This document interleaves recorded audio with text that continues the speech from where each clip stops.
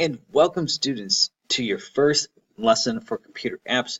We're going to get started here by talking about what is a computer. And that's our first kind of unit to kind of kick off our whole theme because it doesn't really do any good to talk about the different kind of applications if we don't understand what a computer is.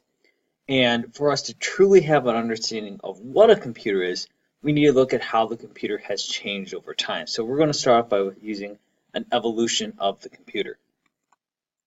So let's just start by asking that basic question. Just what is a computer?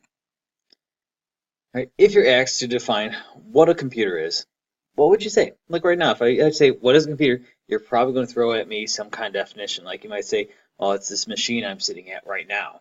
Or it could be, my smartphone, my tablet. Now, those are the kind of responses that we typically hear from most people, is what you think of when you say things like desktops, tablets, smartphones, etc. However, you may be surprised to learn that computers aren't just what we think of. For the purpose of our classes, we're going to kind of stick to like that kind of established notion of like desktops, tablets, and smartphones. But by definition, things such as microwaves, smartwatches, heart monitors, cars, etc., are also considered computers, or they have a computer component to them because of how technology has vastly changed over time. Like a car used to be all mechanical. There wasn't any computerized component to it. That's changed. A watch, used to be, literally just a set of like gears. Now a lot of watches are digital. It's hard to find like a analog technology now because a lot of things are digital because sometimes the digital tends to be more accurate. Not always. Sometimes the analog ones are just as accurate. But you have all this increasing things of digital, and anytime it's digital, it's most likely a computer that's powering it. And that comes back to our definition for what a computer is. By definition, a computer is a device that processes data according to a set of instructions. So what that means is a microwave. All right, I go ahead and go to the microwave. I want to make some popcorn, so I push the popcorn button. It has a pre-programmed command in the microwave. When that button is pushed, it's going to run the microwave for so long and so much power. Same thing with, let's say, a smartwatch. All right, it's maybe you're going to push the button to or tap it to get what your heart rate is at that moment. Right? That's all pre-programmed instruction. That's all part of that computer function. It's taking and processing data according to a set of instructions. In the case of the smartwatch, the data is your heart rate. In the case of the microwave, it's the popcorn button. Now that we have established of what a computer is, let's actually start talking about how these computers have come to be. So again, we're going to really kind of focus on what our stereotypical definition of a computer, idea of a computer is: desktop, tablet, laptop. But it is, how computers have gotten there, regardless of what we're actually looking at, is still the same. So in the ancient times, surprise, surprise, they didn't have computers. All right, you don't have the Neanderthals picking up and booting up their, Macintoshes or their Windows PCs. It's just not happening. And instead of relying on machines, what you find is that the computation of numbers was instead done either by hand, or they would use things like sticks, stones, or some other object in order to keep track. So it's like, hey, I'm running out of fingers, I'm going to use a stick to kind of keep track. Okay, that's 1 count of 10. Or, I have a pile of stones, so that's 1 count of 10. Something like that they would use to keep track of things. Now, while this is not necessarily laborious for small numbers, like let's say you only have like 100 of something, it's not too bad, but let's say you had 1,000 of something. Well, 100, like I said, not bad, but 1,000 is not even worse. Or if you had like 2,000 or 3,000, imagine having to count, add, multiply hundreds of items each day. So let's say you're a merchant and you have people coming and going, buying and selling, trading, whatever. It can be quite laborious to keep track of all that stuff day in and day out. So naturally, it doesn't take humanity too long in modern civilization standards to kind of figure out, there must be a better way. And that's the thing about technology. It starts off kind of slow in the get-go, but you'll notice as we get further along, the dates are more compact. So one of the very first things is in 2400 BC, the abacus was invented. It was the first thing kind of tried to accomplish this task of counting numbers. Now, for our purposes, we can think of the abacus as a primitive calculator. And it would aid greatly in things like simple arithmetic and be used for the next centuries as a mathematical tool. Now, when I say basic arithmetic, I mean things like addition, maybe some subtraction, multiplication.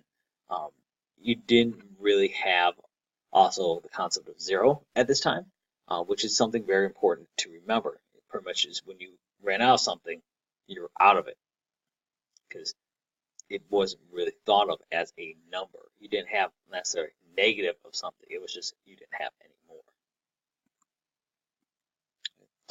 Now, obviously, as the centuries pass, you have various different cultures contributing several significant advancements to mathematics. You have the Greeks, you have people over in the Middle East. You have all these different cultures contributing, which of course would lay the groundwork for modern day computing. Now, one of the most important developments, of course, as I already alluded to, was the invention of the number zero, right? And the concepts behind it that would eventually lead to binary. Remember, zero is a state of nothing, really. It means I don't have any of it. When we start talking about computers, we start talking about binary, which is the language of computers. Binary is nothing more than a series of zeros and ones because it's in base 2. Base 2 simply means the only two numbers in that set are 0 and 1. We exist in a base 10 set for most of our purposes, which means we have numbers from 0 to 9. So binary is just 0 ones. That's all it is.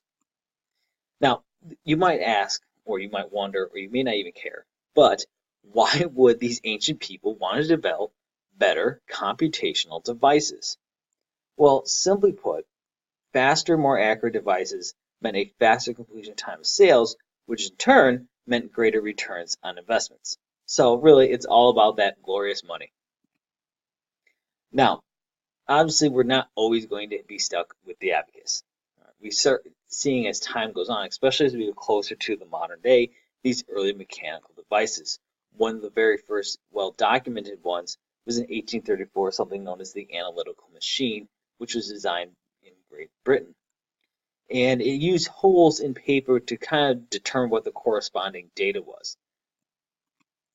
Now, these punch cards, if you will, were an early form of computer program, which could kind of read and store data that's entered the card. So pretty much when the machine would read it, it would look for where the punch was at, and that would correspond to a number.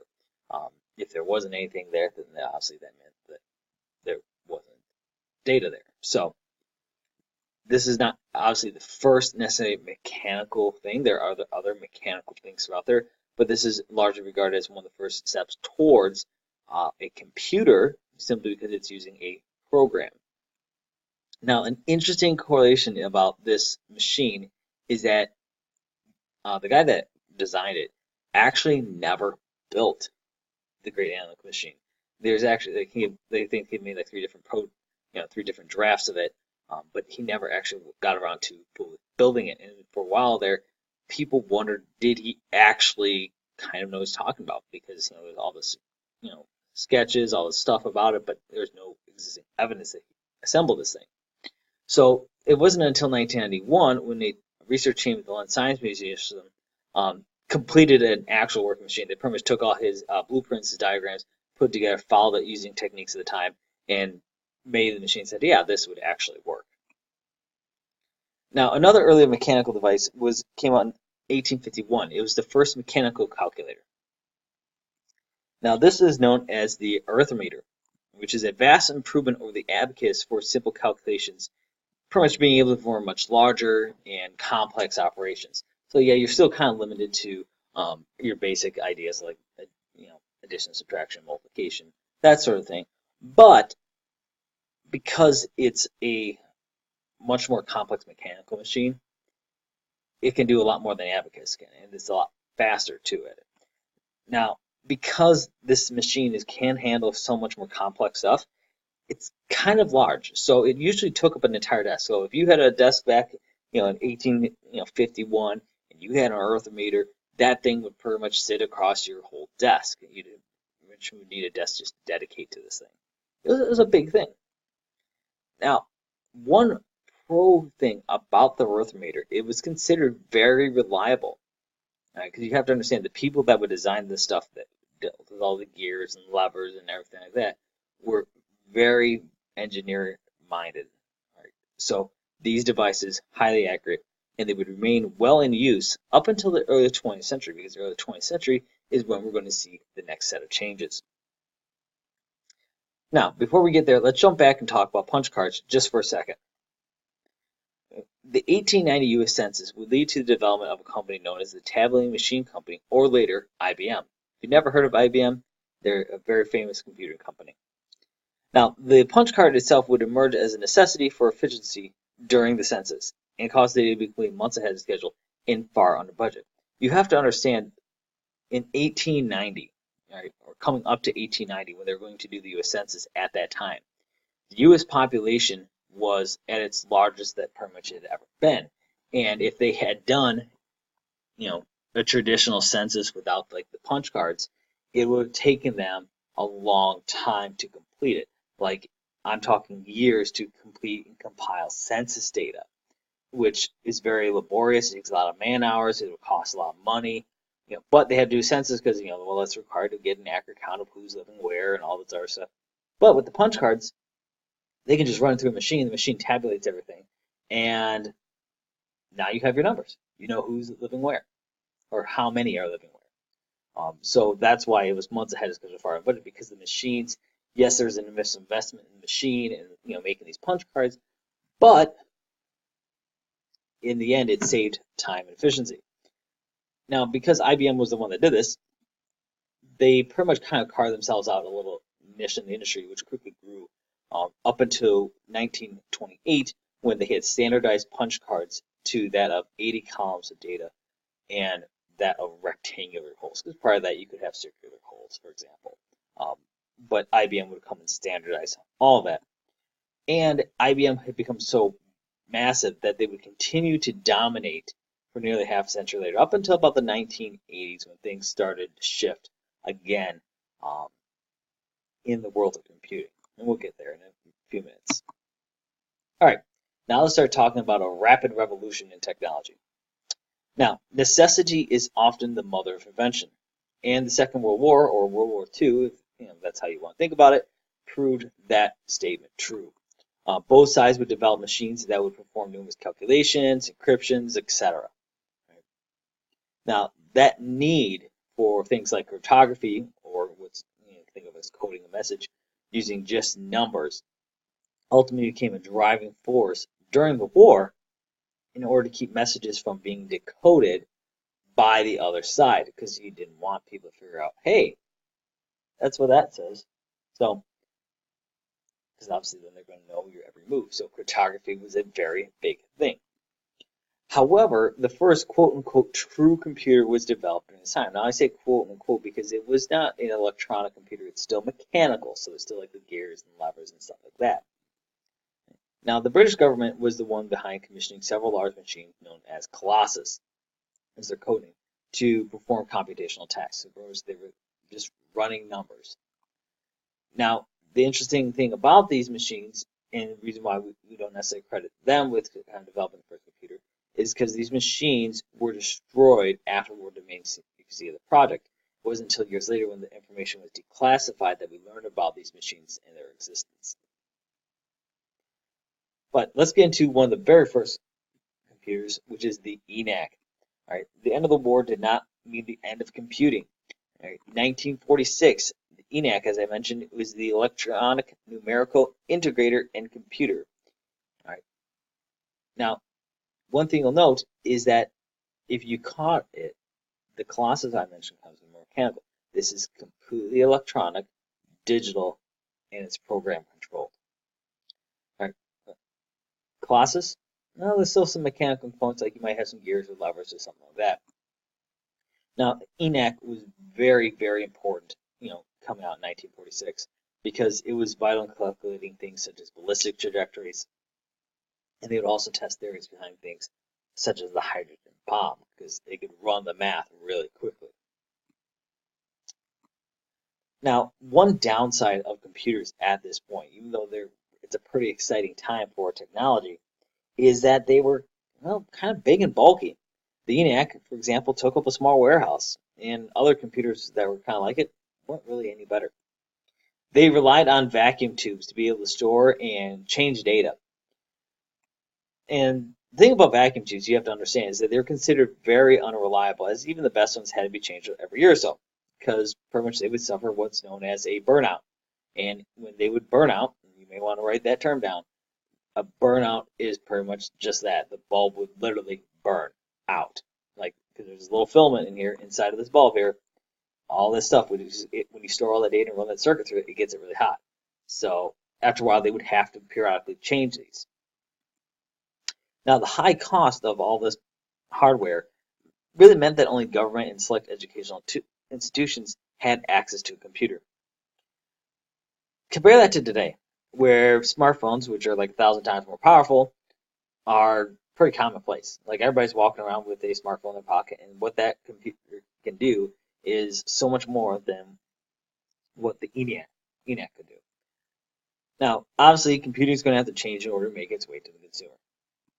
So let's start looking at a couple of those changes in computing that would help contribute to that. So in 1949, modern computing was finally being born as we know it. So we're almost the 1950s, and modern computing is just beginning its changes. It all started with a man named John von Neumann, who would publish a paper that pretty much described ideas about changes to computer architecture.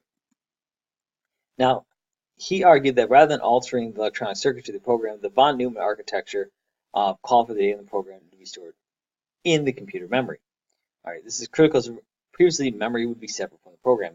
If you wanted to pretty much bridge the two, you'd have to physically change the circuitry path in order for the stuff to run. Well, von Neumann said, well, why do that? Let's put the data in the program and load them directly into the computer memory.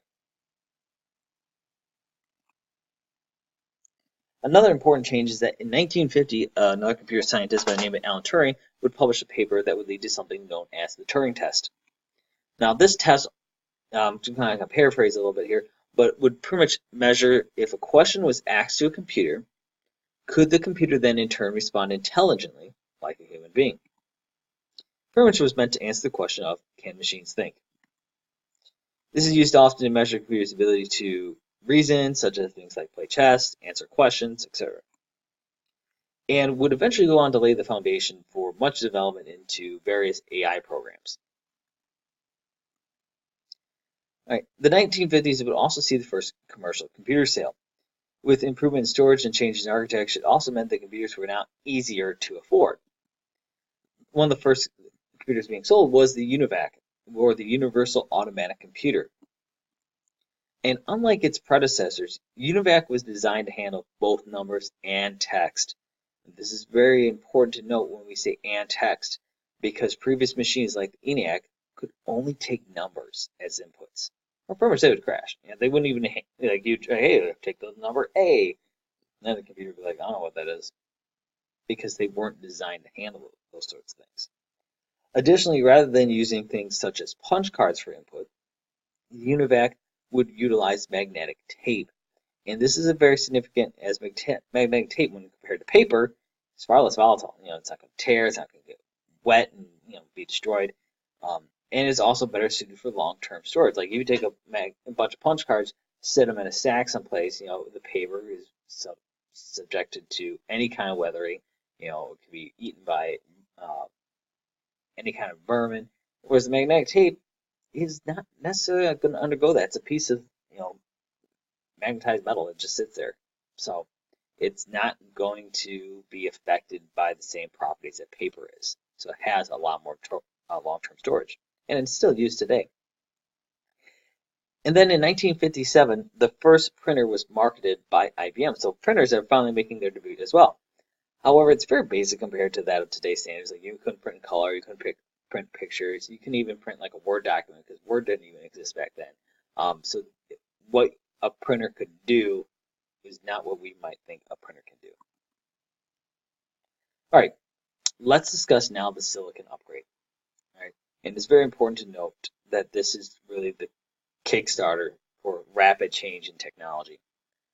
In 1958, the silicon chip was invented via something known as the integrated chip. And the reason why it's called integrated is because pretty much these chips, just like this one that here in the corner here, were literally plugged in and soldered onto your circuit board rather than being like separate entities.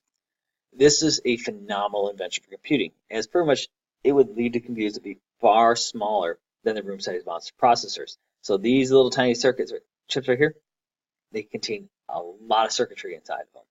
And rather than having giant vacuum tubes to take up rooms, you just use these little things. All right, and now these chips are far more reliable and cheaper than the old vacuum tubes, and they didn't burn out often. Remember I said you might want to write that piece down, that vacuum tubes have burnout? This is reason right here. Chips didn't burn out. Yeah, they could still technically burn, if you get them hot enough, but they didn't have the same kind of issues that a vacuum tube would, because you're not using this thin filament. No, it's a piece of metal that's isolated and when soldered or whatever to perform the function. Additionally, in 1965, another mathematician by the name of Gordon Moore would publish his paper, which ended up describing something that's been coined as Moore's Law, which pretty much, again, paraphrasing here, say that the processing power of a chip would double every 2 years. All right, now that is kind of largely held true. All right, and through various engineering challenges and whatnot, it kind of held true until about 2013, when the process began to slow, because they started reaching the limit of the physical plane. Like physically, there's not much more they can do without getting into like quantum computing and stuff like that, because they're literally they're down to like the nanometer of what they can do. Now, integrated circuits were not the only boon to computing. They're one of the largest, but not the only thing. In the 1960s, something known as the mouse, I'm sure you're familiar with that, would not be popular until about 1983 when Apple included their Macintosh, but it came out in the 1960s. Now, please note, an early mouse had what's known as a tracking ball and only a single button, whereas today, mice are typically like optical or infrared, and the pretty standard thing is a 2-button scroll wheel. It means they have 2 buttons and a scroll wheel. Back then, you didn't have a scroll wheel. You didn't have 2 buttons. You had 1 button, and you could pretty much single click. That's it. So not that exciting compared to today's mice. The 1960s also saw the invention of the first supercomputer, the programming language known as BASIC, which would come up to be a very significant teaching tool for many people's first programming language. And of course the floppy disk, which was a early storage medium. Every time you see like the save icon, like in any kind of document like Word or Google Docs or anything like that little save icon is a floppy disk, because the floppy disk was one of your first kind of removable storage mediums. And at the end of the 1960s, a little company called Intel would form and begin making computers and components before emerging as a giant within the industry. Now, the silicon upgrade would continue all the way up into the 1970s with 2 more major developments in hardware. The first was the development of the Unix operating system. Now, the IBM PC, remember the little company IBM I told you about? They're still here. Was built around this architecture and was so popular that it would be cloned and imitated by pretty much everybody. Like, once IBM came out and they started using the Unix operating system, everyone's like, I like that. It's a pretty cool thing. I'm going to copy it and put it into my thing. Now, the second major development was, of course, the microprocessor, which would carry far more instructions than its tiny compared to its predecessors. Now, when I'm talking about microprocessor, I'm talking about things, think about like your CPU in your computer, if you know what that is.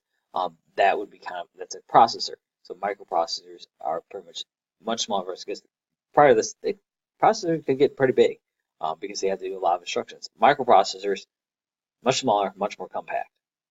Obviously, there's a lot more heat and stuff that gets generated, which gets addressed later on, but it's a very significant development. We also have the first handheld calculator coming out by Texas Instruments in 1971. Now, the thing to note about these is that they're relatively bulky and they can only perform basic operations. Again, addition, subtraction, multiplication, division, that sort of thing. The first widely popular video game also came out in 1972, which was that of Pong.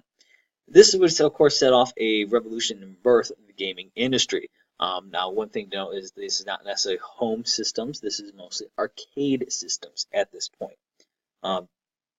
And because of that, pretty much poor quality games and speculation uh, pretty much would end up killing the industry. In fact, it almost completely collapsed with the great video game crash of 1983. It's mostly arcade crash because part of them there's arcades everywhere, and then all of a sudden they're gone because people, you know, the games weren't really that great at that point.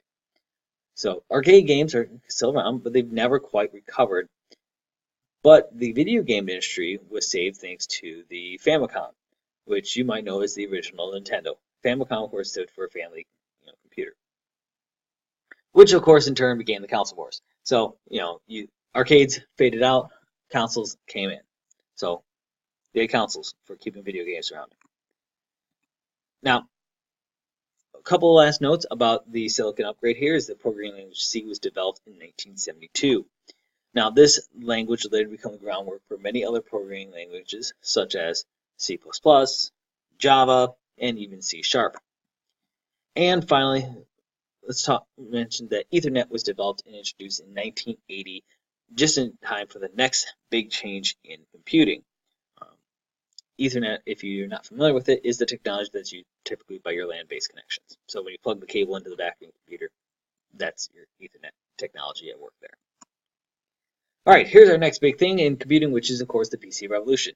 If you don't know who these two men are right here, they're probably two of some more famous people that are around computing. You have Bill Gates and Steve Jobs.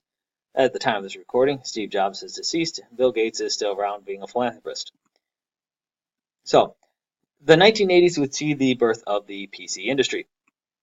Bill Gates, of course, would go on to start Microsoft with his partner Paul Allen, and Steve Jobs and Steve Wozniak would go on to start Apple. Both companies became very popular and brought the PC finally to the consumer. Apple would introduce the first quote-unquote killer app with something known as VisiCalc, which was released for their Apple II. Microsoft would go to partner with IBM in order to create the MS-DOS operating system. MS, of course, meaning Microsoft. Now, the system would prove to be so popular that the IBM PC became the standard. All right, remember how I said before IBM used Unix and everybody cloned it? Here's where another reason why IBM wasn't really popular is because of the Microsoft operating system. Now, one thing to know about these early computers that first came out is they only had a monochrome display, which is kind of sort of an off-green. So there's not really any color. It's like, hey, you have green and you have black. Black pretty much just means they're off. If they're on, they're green. If they're off, well, they're off. All right. Let's say hello to Macintosh here. That's really kind of when the PC market exploded. Apple came out with the Macintosh. They did a big Super Bowl campaign ad around. If you're not familiar with it, go look it up. It's a kind of one of the classic Super Bowl ads. Is Apple 1983. Go watch it. All right, this computer is the first successful computer to use a mouse. Remember I said mouse was introduced back in 1963, I think, is what I said, or 1960, something like that. Anyways, it took all the time for somebody to figure out how to use a mouse successfully in a computer. Apple figured out how to do it.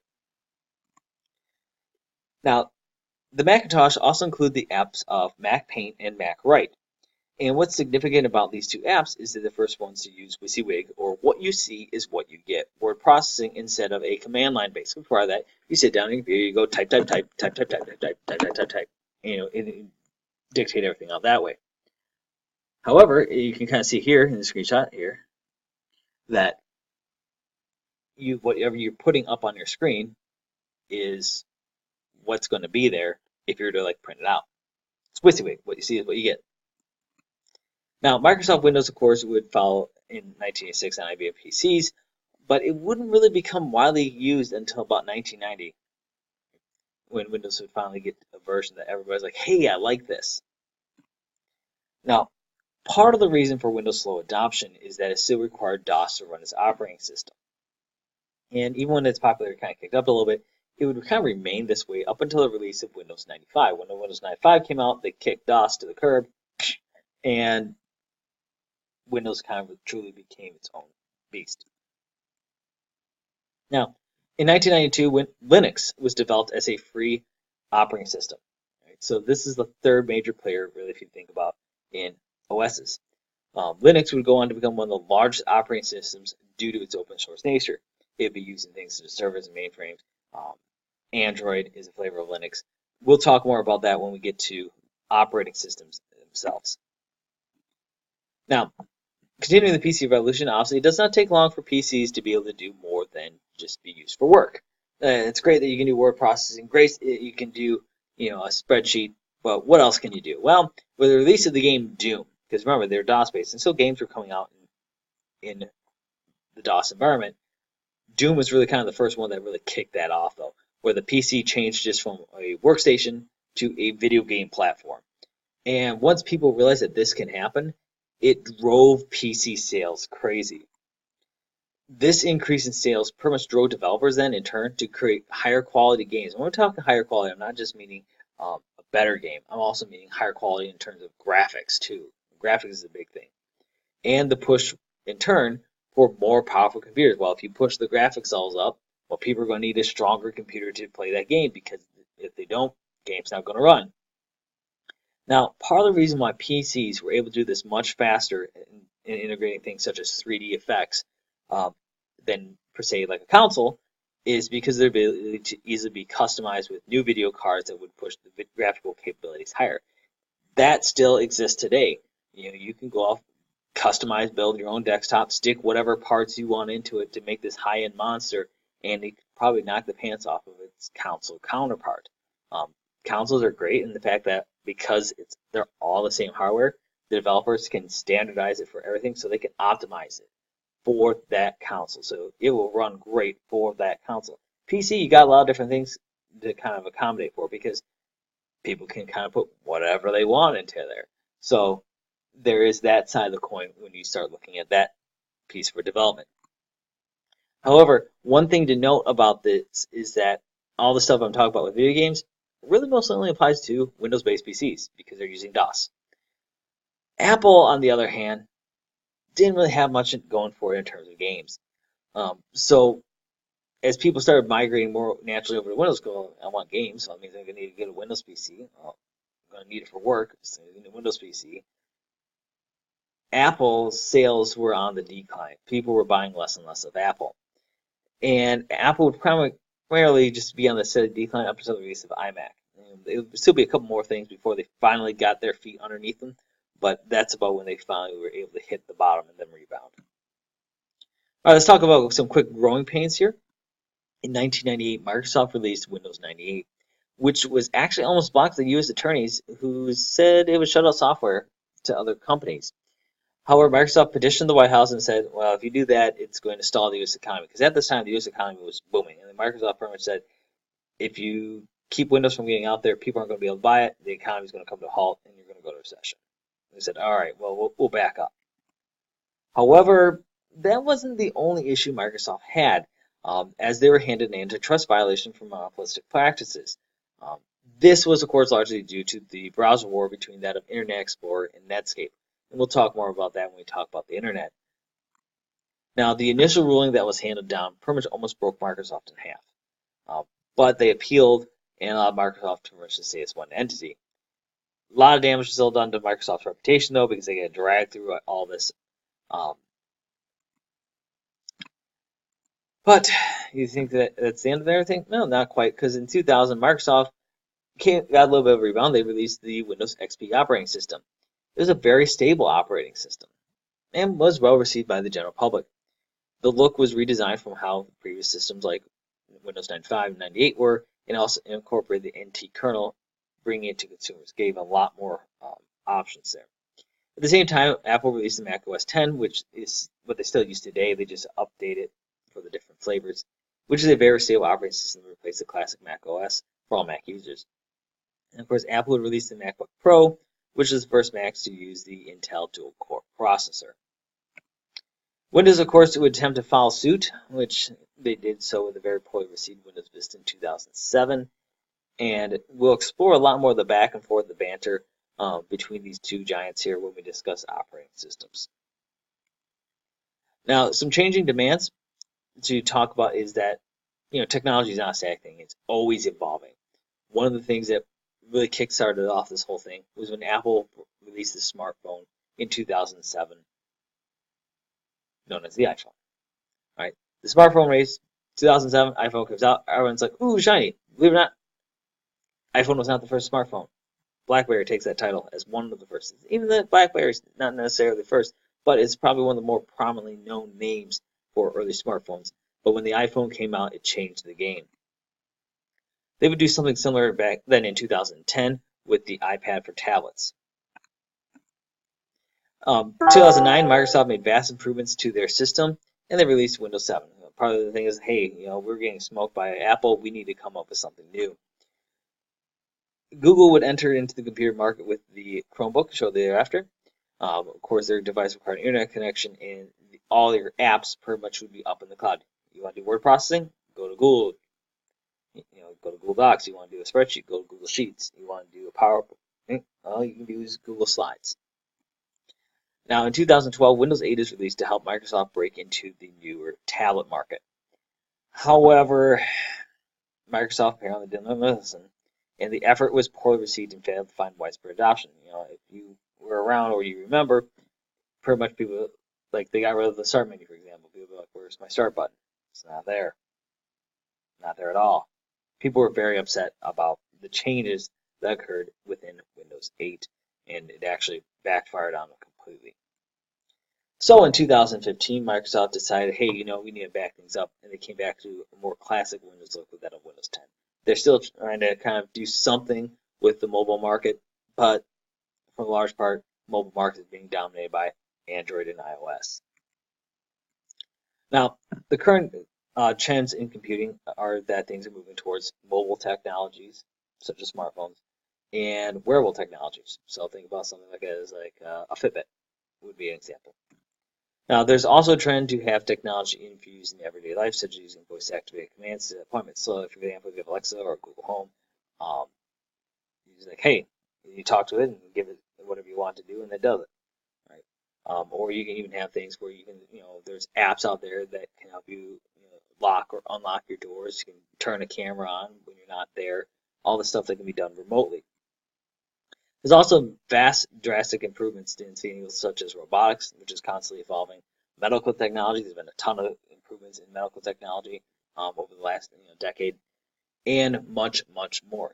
Technology is not a static thing; it's constantly evolving.